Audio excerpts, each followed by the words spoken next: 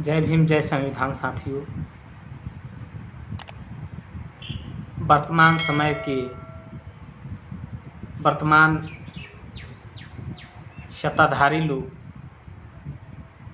जो व्यवस्था कायम किए हुए हैं भारत में, उसका दुष्परिणाम नौजवान वर्ग के लोग भुगत रहे हैं।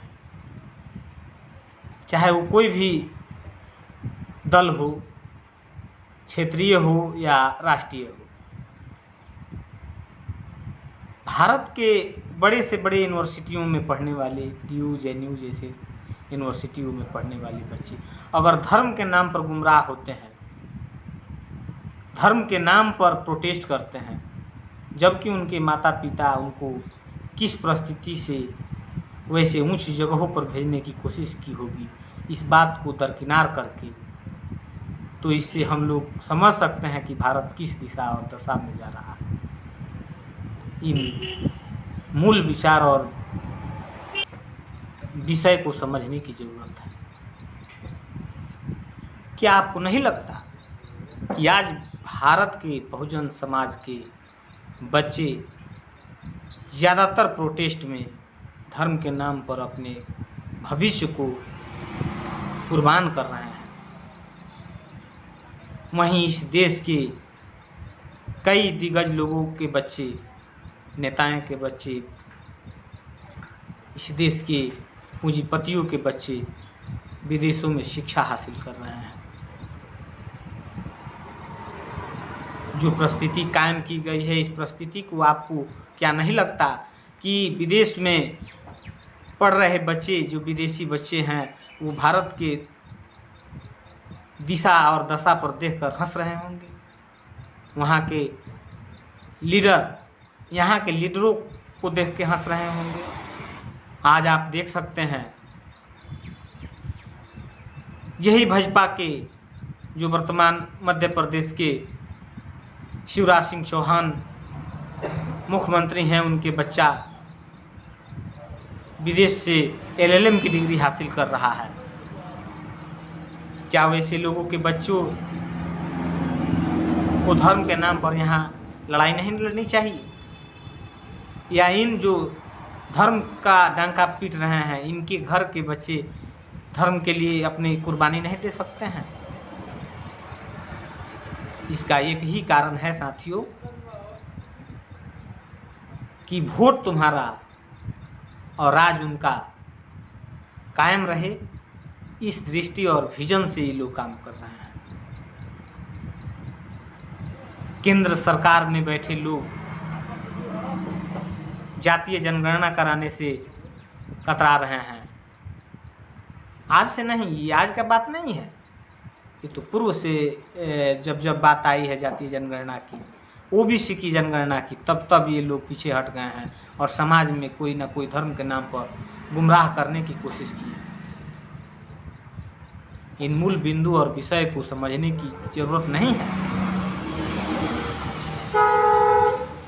अगर समाज में केंद्र सरकार तैयार होती है जातीय जनगणना के लिए, तो हमें लगता है कि क्षेत्रीय पार्टियों को भी, क्षेत्रीय सरकारों को भी इसमें अहम योगदान देना चाहिए। खासकर मैं बिहार राज्य से हूँ। बिहार राज्य के माननीय मुख्यमंत्री नीतीश कुमार जी से मैं अनुरोध करूँगा कि वो जातीय जनगणना को कराने की कृपा करें, ताकि जो वर्गवार लफड़ा है, हर वर्ग के को धोखा मिल रहा है, हर वर्ग को सक्षम प्रतिनिधित्व नहीं मिल रहा है, सभी वर्ग को वो अपना जो है कि सक्षम प्रतिनिधित्व मिल सके और सभी लोग अपने बलबूते आगे बढ़ सके। क्या इस देश के सिस्टम में बैठे हुए लोग इतने अवसरवादी हो गए हैं, इतने सेल्फिश हो गए हैं कि अन्य वर्ग के लोग जो हैं उनको दिखाई नहीं दे रहे हैं? हमें निवेदन, आग्रह है कि जो वर्तमान समय में कई विषयों पर लोग और खासकर नौजवान दंगे फसाद में उतर रहे हैं, धर्म के नाम पर एक दूसरे को काटने और मरने के लिए तैयार हैं, यह कतई देश के लिए शोभनीय नहीं है। रतन लाल जी टिप्पणी कर दिया उस टिप्पणी पर जो है कि तर्क वितर्क होना चाहिए, उसके प्रतिक्रिया देना चाहिए, लेकिन ये सामंतवादी लोग उनके जो है कि आवाज़ को दबाने की कोशिश की। मामला अभी कोर्ट में है और दिल्ली यूनिवर्सिटी जैसे संस्थानों में नौजवान पुतला दहन कर रहे हैं और उनका कहना है कि धर्म के नाम पर हम कर रहे हैं। क्या इस लोकतंत्र में अपना विचार रखना दंडनीय है? अगर रतनलाल जी ने इस विषय को कहा, कोई टिप्पणी किया, तो उसके लिए कोर्ट बैठा है, कानून बैठा है। अलग अलग लोगों की धमकियां मिल रही है। ये जो है देश को गर्त में नहीं ढकेलने का काम किया जाए, इसको सोचने समझने की ज़रूरत है। बहुजनों को एक कमेटी बनाकर इस पर विचार विमर्श करने की ज़रूरत है, लड़ाई लड़ने की ज़रूरत। खासकर जो नौजवान अपने जवानी को कुर्बान करके, अपने भविष्य को कुर्बानी दे करके बहुजन हित के लिए लड़ रहे हैं, समाज के लिए लड़ रहे हैं, उनको देखने की ज़रूरत है। इन वरिष्ठ बुद्धिजीवियों को जो समाज में बैठे हुए हैं, इन नौजवानों के भविष्य के बारे में भी सोचना चाहिए। जितने भविष्य के बारे में वो अपने बच्चों के लिए सोचते हैं, जो अम्बेडकर साहब का सपना था उसको चकनाचूर कर रहे हैं।